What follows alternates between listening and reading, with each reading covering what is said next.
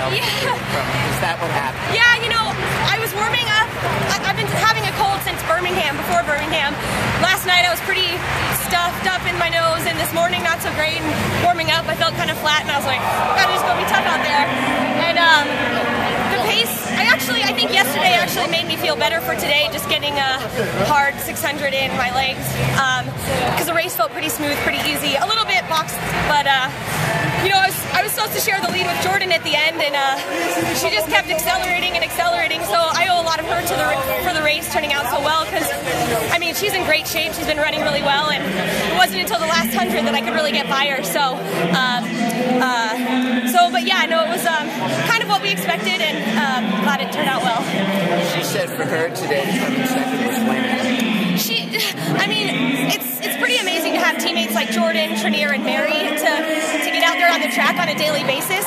You know, if you're even just hanging on in workouts, you're in, like, you know, the elite tier of fitness, and I'm really grateful to have Jordan's endurance, Mary and Trenier's speed, and, you know, I bring something in the middle, I think, and as a result, I think we all become better.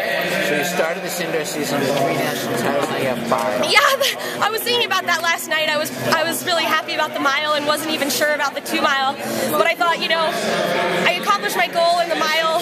This today is just, you know, there's so few opportunities to race, and I feel so blessed to have this as my job.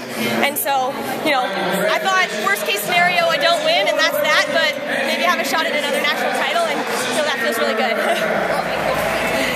Well, which victory was harder, yesterday's or today's 2 mile? I mean, yesterday I had to fight for the lead, and I had to do a lot of the work, so, you know, I think maybe yesterday, just because it was a bit of a rust buster, a bit of a just, you know, different scenario than I'm used to. Today, this is kind of, I know how to do these kinds of races, so it felt pretty familiar. You and Jordan controlled the last several laps. Do you think the field is scared of you guys, intimidated of you guys' ability? They didn't want to let us by, so, you know, even if people may be making race plans with us in mind, they're still going for blood, and they still want to win that race. So, you know, anytime you think that people are going to hand it to you, you're in for a big surprise. So, you know, I think if anything, they probably have thought through our moves just as much as we have sometimes. So, you know, it's a new position for me to be in, but I'm really enjoying it. Any part of it? Go ahead. Any idea where we're going to go outdoors? What's the plan? What are we going to open up at? First, just recover, take a little break after indoors, and start gearing up again.